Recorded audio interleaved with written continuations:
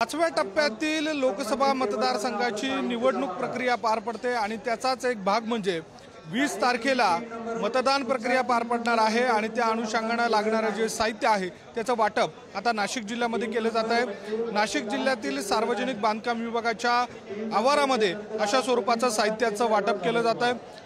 मतदान केंद्रावर असणारे जे शासकीय प्रतिनिधी आहेत, कर्मचारी आहेत, त्यांच्याकडे साहित्यांची पूर्तता केली जाते। खरं म्हणजे उद्याच्या दिवशी ही सगळी प्रक्रिया पार पडणार आहे आणि या प्रक्रियेच्या दरम्यान हे सर्व ईव्हीएम मशीन असेल, व्हीव्हीपॅट असेल आणि एकूणच त्याच्या व्यतिरिक्त लागणारं जे साहित्य आहे त्याचं या ठिकाणी पूर्तता करताना आपल्याला बघायला मिळते।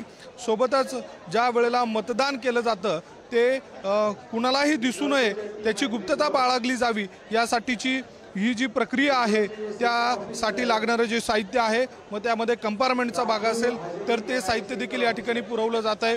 जे शासकीय यंत्रणांचे जे प्रतिनिधी आहे त्यांच्याकडे असलेले जे उमेदवार आहे त्या उमेदवारांच्या ज्या पत्रिका आहे त्या देखील त्या मतदान केंद्राच्या बाहेर लावल्या जातात।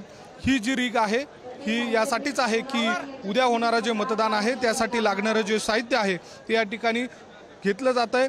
उद्याच्या दिवसाची होणारी जी मतदान प्रक्रिया आहे त्यासाठी हे साहित्य या ठिकाणी शासकीय यंत्रणेच्या माध्यमातून वाटप केलं जात आहे। प्रतिनिधी ते घेऊन जात आहे। उद्याच्या दिवशी मतदान प्रक्रिया होईल आणि त्यामध्ये कुठलाही व्यत्यय येणार नाही यासाठीची देखील खबरदारी घेतली जाते आणि एकूणच जर बघितलं तर प्रशासन उद्या होणाऱ्या मतदान प्रक्रियेसाठी सज्ज आहे। व्हिडिओ जर्नलिस्ट जयेश साबळेसह किरण ताजने, पुढारी न्यूज, नाशिक।